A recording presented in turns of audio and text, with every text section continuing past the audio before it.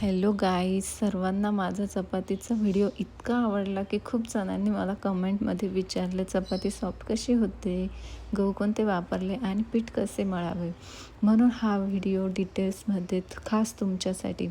तर मी इथे 496 गहू वापरले आहेत आणि ह्या गव्हाच्या चपात्या खूप छान आणि सॉफ्ट होतात. सर्वात आधी एका भांड्यात हाफ स्पून मीठ आणि त्यात थोडं पाणी घातलं आहे आणि इथं मी 2 वाट्या पीठ घेतलं आहे. त्यात थोडंसं पाणी टाकून सुरुवातीला हलकं मिक्स करून घेते. पाणी एकदम जास्त टाकायचं नाही, थोडं थोडं पाणी टाकत पीठ मिक्स करायचं. हे बघा, आता मी थोडंसं पाणी यूज करते आणि पीठ चांगले मिक्स करते.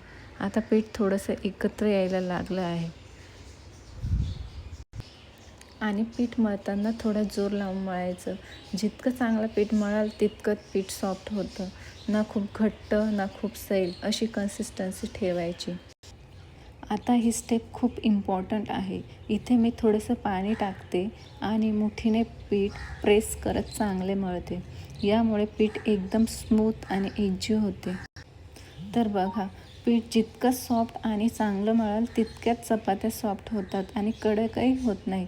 तर मग हा स्टेप स्किप करू नका. आता पीठ प्रॉपर एकजीव झालेलं आहे. आता शेवटी 1 चमचा ऑइल टाकते आणि परत 2 मिनटं चांगलं मळते. यामुळे पीठ अजून सॉफ्ट होतं आणि हे पीठ 5 ते 10 मिनिट झाकून ठेवायचं. हा स्टेप तर अजिबात स्किप करू नका. हीच माझी सिंपल पद्धत आहे. तुम्ही पण नक्की ट्राय करा आणि कसं झालं ते कमेंटमध्ये सांगा. आणि चपातीच्या अजून टिप्स आणि ट्रिक्ससाठी चॅनलला सबस्क्राईब करून ठेवा, म्हणजे नेक्स्ट टाईम व्हिडिओ टाकला की तुम्हाला समजेल.